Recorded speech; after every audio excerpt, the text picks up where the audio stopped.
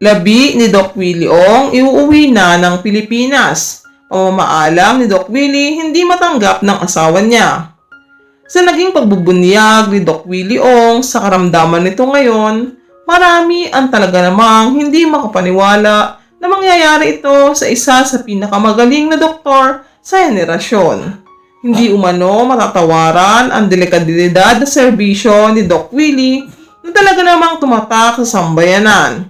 Ang sakit ni Doc Willie na sarcoma o abdominal cancer kung saan kinakailangan nito ng matinding gamutan dahil hindi umano biro ang sakit na ito.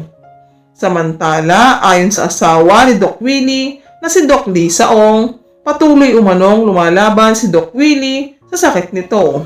Umaasa na may himala at paggagalingin siya ng ating Panginoon. Gusto pa umanong mabuhay ng matagal ni Doc Willie upang makatulong sa mga taong may karamdaman, lalong-lalo na ang mga taong walang pambayad sa pagpapagamot. Nais umano ni Doc Willie na kung bigyan pa siya ng pangalawang buhay ng ating Panginoon, nais umano niyang maging inspirasyon sa lahat ng cancer patients na tuloy lang ang buhay, laban lang, walang imposible, basta maniwala ka lang sa nasa itaas. Lahat umano ng nangyayari may dahilan. Sinusubukan umano ng Diyos kung hanggang saan tayo magtitiwala sa Kanya. Hanga umano si Doc Lisa sa tatag at lakas ng loob ni Doc Willie sa kabila ng pinagdadaanan nitong karamdaman. Alam umano niya na patuloy na lumalaban si Doc Willie kahit na nahihirapan na ito.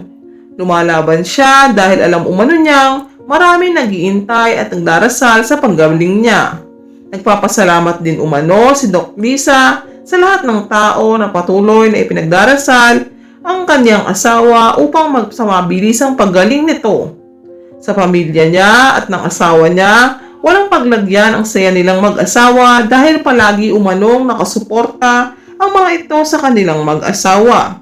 Sa lahat umano ng tao naghihintay sa paggaling ni Doc Willie, may awa umano ang Diyos.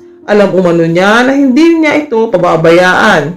Samantala, ayon sa source, iuuwi na umano si Doc Willie Ong sa Pilipinas dahil ito umano ang huling kagustuhan ng asawa niya ang makapiling ang mga taong malalapit sa kanya at ang bansang Pilipinas hanggang sa huli.